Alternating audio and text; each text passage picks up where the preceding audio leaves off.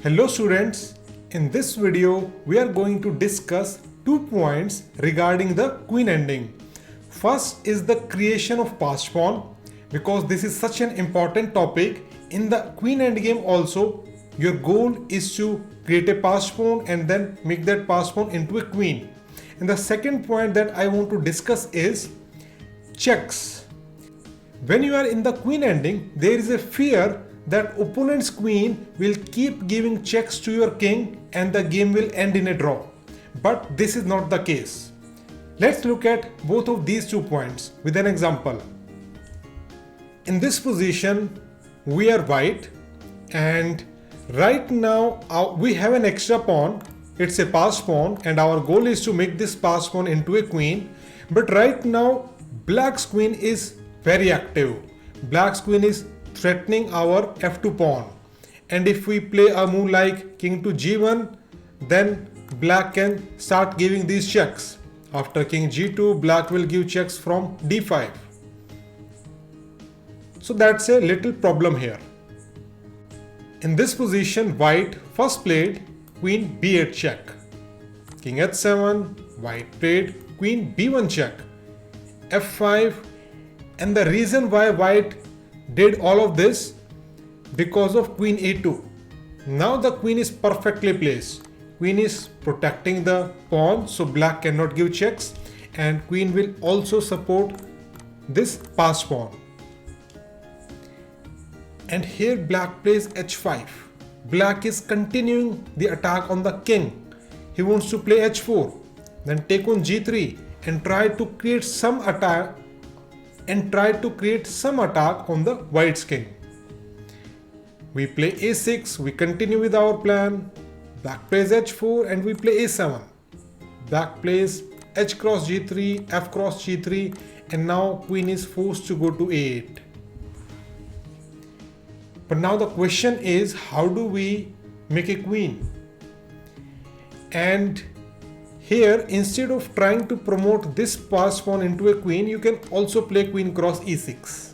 Because after queen cross a7, you will play queen cross f5, king h6, queen f6 check.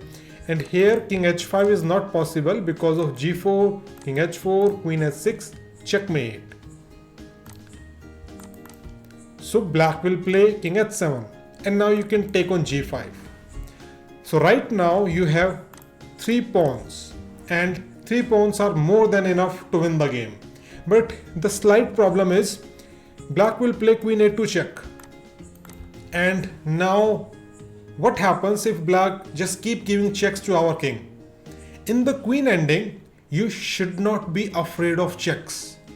Opponent cannot keep giving checks forever. So here you play king g1, queen b1 check, king f2. You use the opponent's check to move your king forward. Opponent will keep giving checks, and now you keep moving your king forward. Queen d1 check, you go king f4, queen d6 check, king g4. Opponent plays queen b4 check, and you play king h5. Now look, our king was on h2 when black started giving checks. We went from g2, f3, f4, g4, and now our king is on h5. Now opponent cannot give checks and our king is super advanced. So what will black do here? Let's say black plays a move like queen d6. We play pawn to e4. In the next move we are going to play pawn e5. Let's say black plays queen c7. Black wants to play queen f7 check. So first we play queen g6 check. King h8, you play queen f6 check, king h7, and now you can push the pawn. So our king is completely safe, there are no checks, and we are making progress. We are pushing our pawn. Black plays queen d7, and should we just push the pawn? Yes, let's push the pawn. And white continues with pawn to e6. Black plays queen d5 check, and you play king h4. There are no more checks. You can, black can give queen e4 check, and you can play g4 after queen e1 check, king h5. So where is the another check? Another check is queen a5.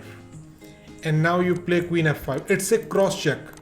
So black is forced to exchange the queens and you have so many pawns. So it's easy to win the game. Now let's look at the next example. In this position, we are black and our h6 pawn is under attack, but we have a passed pawn here. In the queen endgame, passed pawn is very important. So black immediately plays d4. Black does not care about this h6 pawn. White takes the pawn and now black plays queen e5. He's preparing a discover attack on the white's king. He wants to play pawn to f3 check. White plays queen h4 and black plays d3, pushing his passed pawn. After queen d8 check, king g7, white captures this pawn, but it was a calculated move because now black will play f3. It's a check. White will play king g1 and now black plays queen e1 check. If white plays queen f1, then f2 is a check, and once the king moves, you capture the opponent's queen.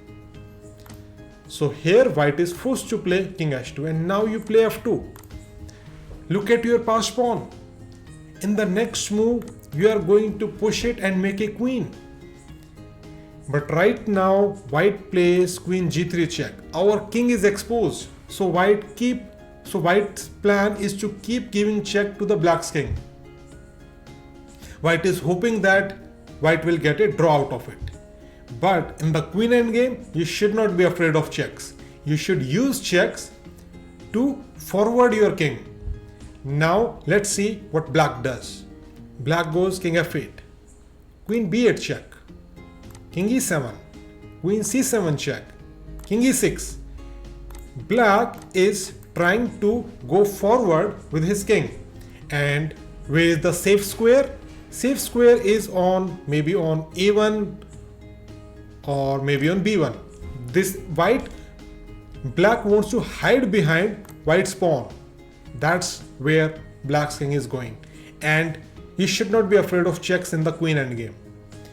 After queen c4 check, king e5, queen c5 check, king e4, queen c4 check, king e3. With every check, you are making progress. With every check, your king is going forward.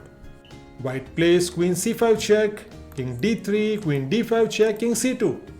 You want to hide behind the white's pawn. After queen c4 check, king b2, white plays queen d4 and now you take the pawn on a2. White plays queen a4 check and black plays king b1.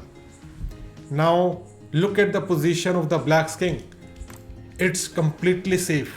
There are no more checks. So in the next move, you will make a queen and with two queens, you will easily win the game. That's why white resigned in this position. So remember the general rule. In the queen endgame, passed pawn is really important and you should bet on the passed pawn even if it means that you sacrifice one or two pawns. And second, you should not be afraid of checks. You should use checks to forward your king. That's it for this video. Now let's go to the next one.